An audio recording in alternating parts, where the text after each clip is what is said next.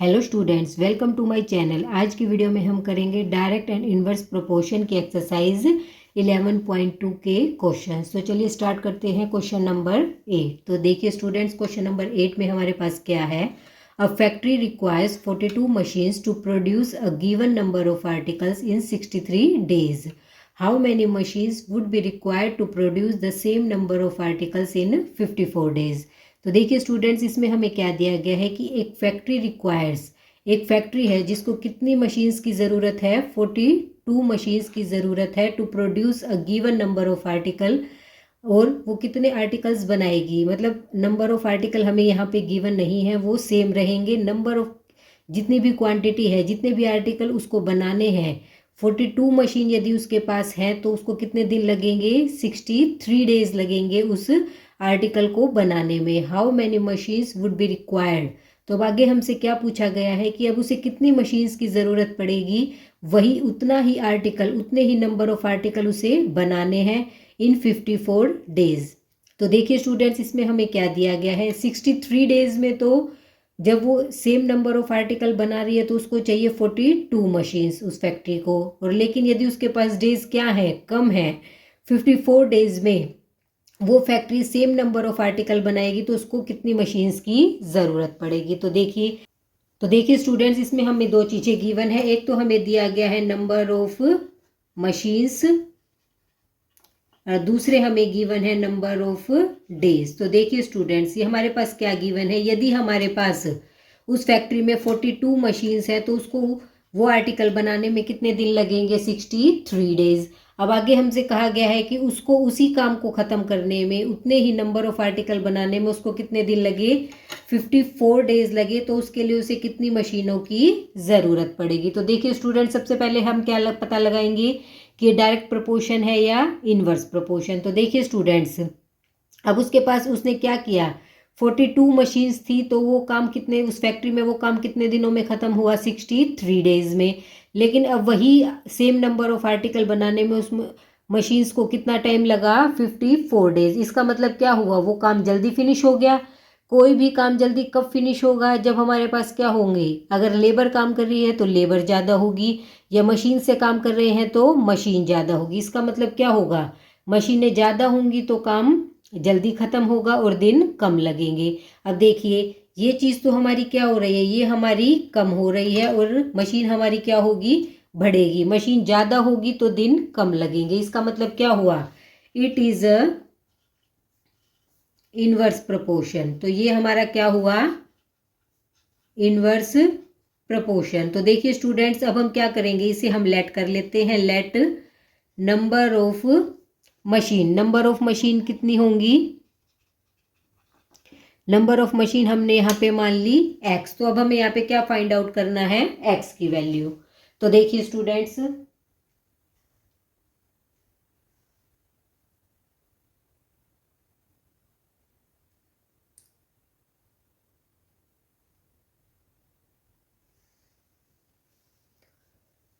तो अभी हमारा इनवर्स प्रोपोर्शन है तो क्या होगा, 42 मल्टीप्लाई में 63 is equal to x multiply में 54।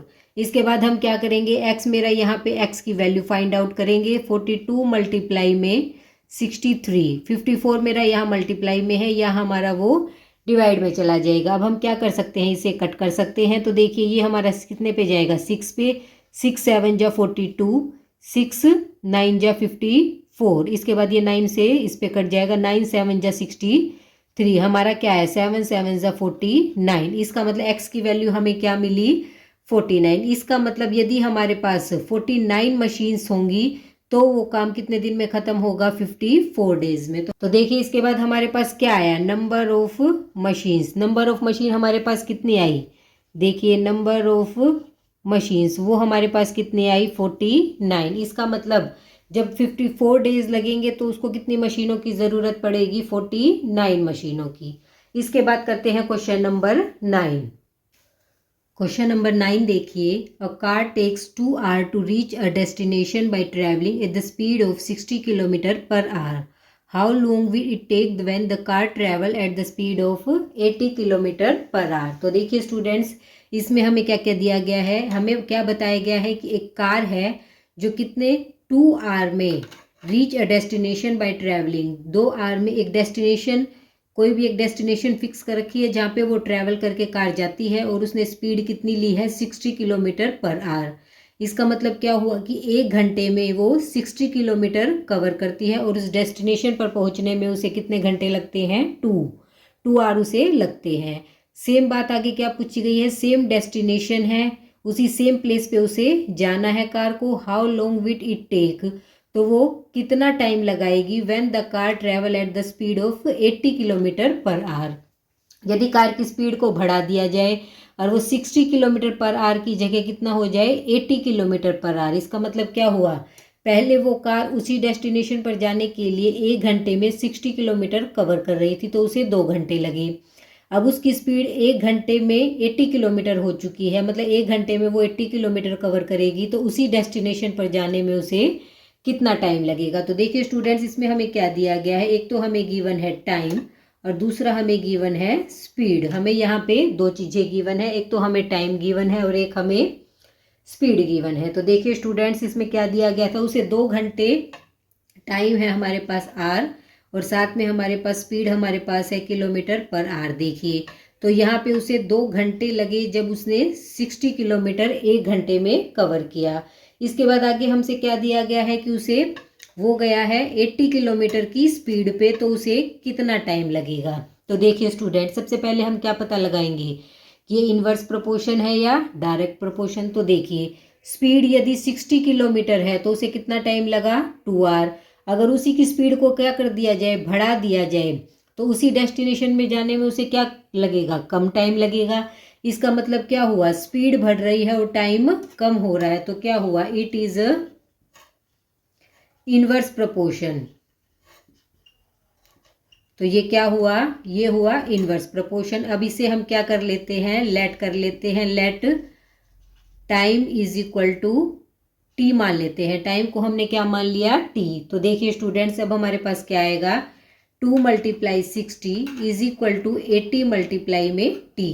अब टी की वैल्यू हम कैसे फाइंड आउट करेंगे, 2 × 60, 80 मेरा मल्टीप्लाई में है तो डिवाइड में चला जाएगा, 0 से 0 मैंने कट कर दिया, 2 4 जा 8, फिर 2 से फिर कट हो जाएगा, 2 2 जा 4, 2 3 जा 6। तो यहाँ पे हमें क्या मिला, 3/2।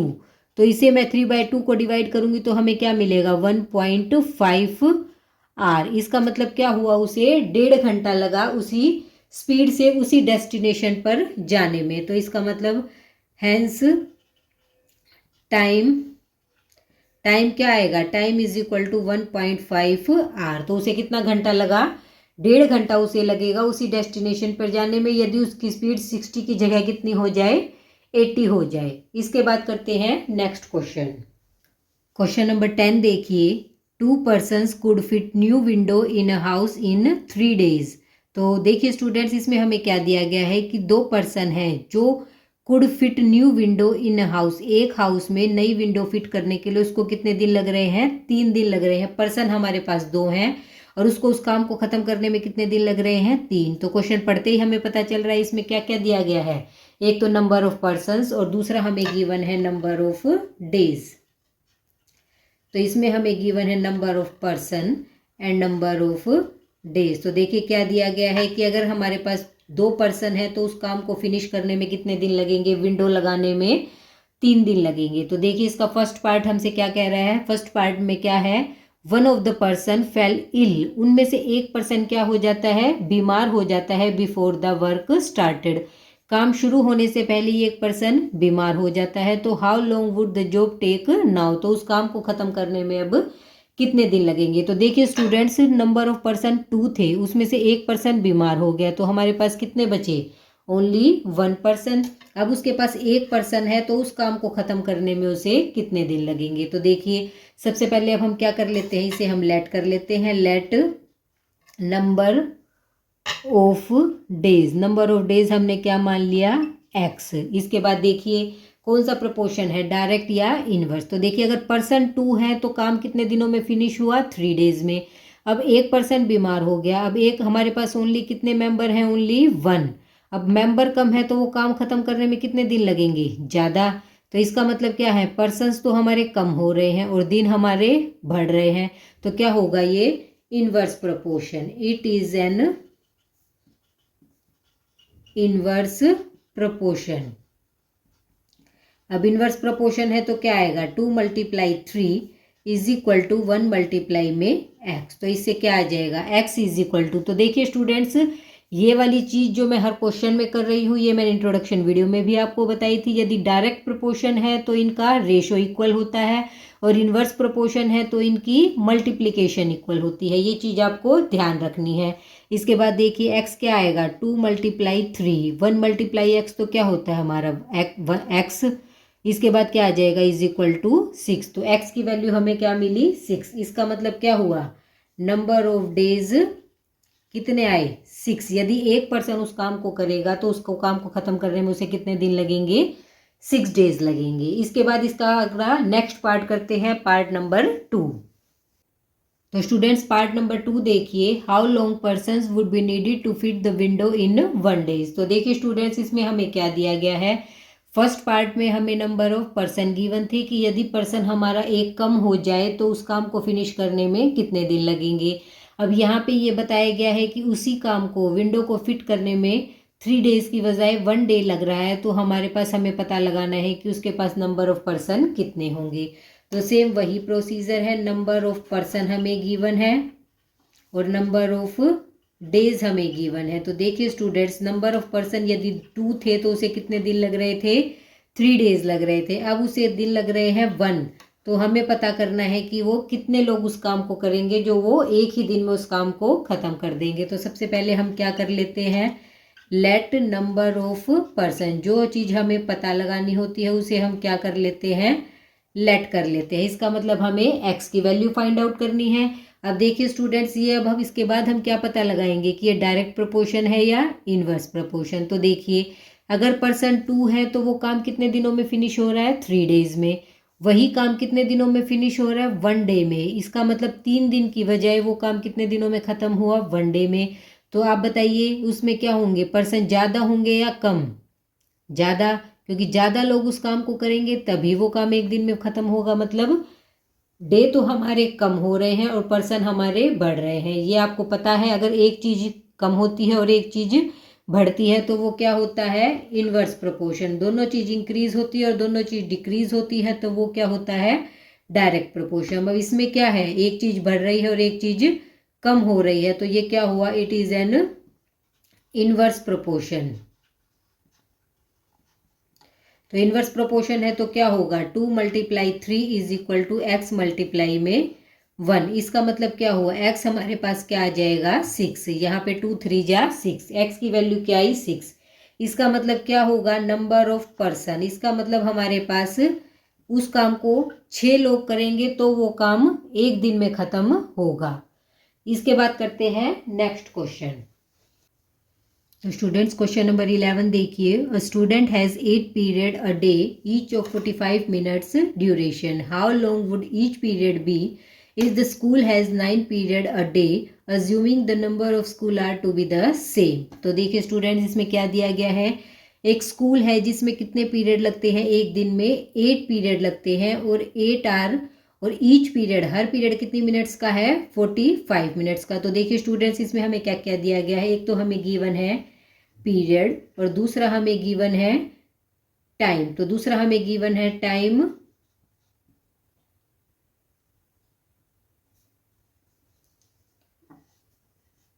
तो देखिए स्टूडेंट्स इसमें हमें दो चीज़ें गिवन है, एक तो हमें इसमें गिवन है पीरियड और दूसरा हमें गिवन है ड्यूरेशन फॉर ईच पीरियड।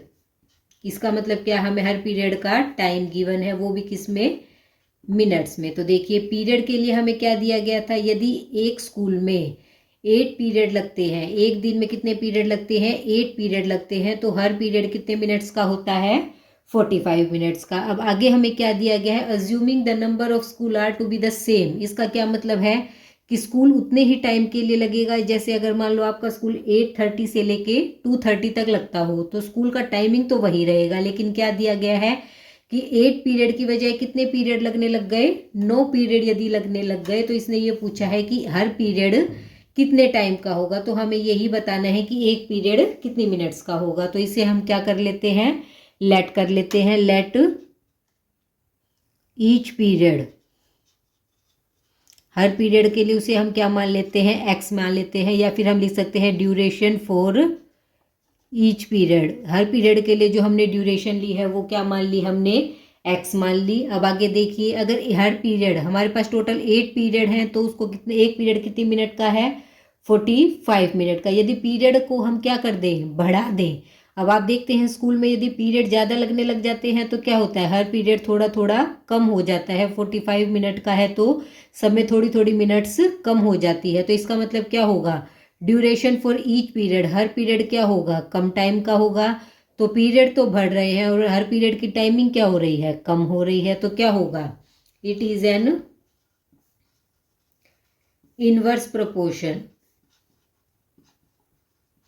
तो ये इनवर्स प्रोपोर्शन है, तो क्या होगा, 8 multiply 45 is equal to 9 multiply में एक्स। तो यहाँ पे हमारे पास क्या आ जाएगा, एक्स, एक्स की बजाय हम यहाँ पे टी भी ले सकते हैं, क्योंकि टाइम को मोस्टली हम टी से डिनोट करते हैं। तो देखिए हमारे पास क्या आएगा, x is equal to 8 multiply 45 divide में 9। अब मैं इसे क्या करूँगी, यहाँ पे हमारा 9 मल्टीप्लाई में था, तो यहाँ 9 में क्या ले गई, डिवाइड में ले गई। इसके बाद देखिए इसे हम क्या कर देंगे, इसे मैं 9 से कट कर दूंगी। तो देखिए हमारे पास क्या आया, 9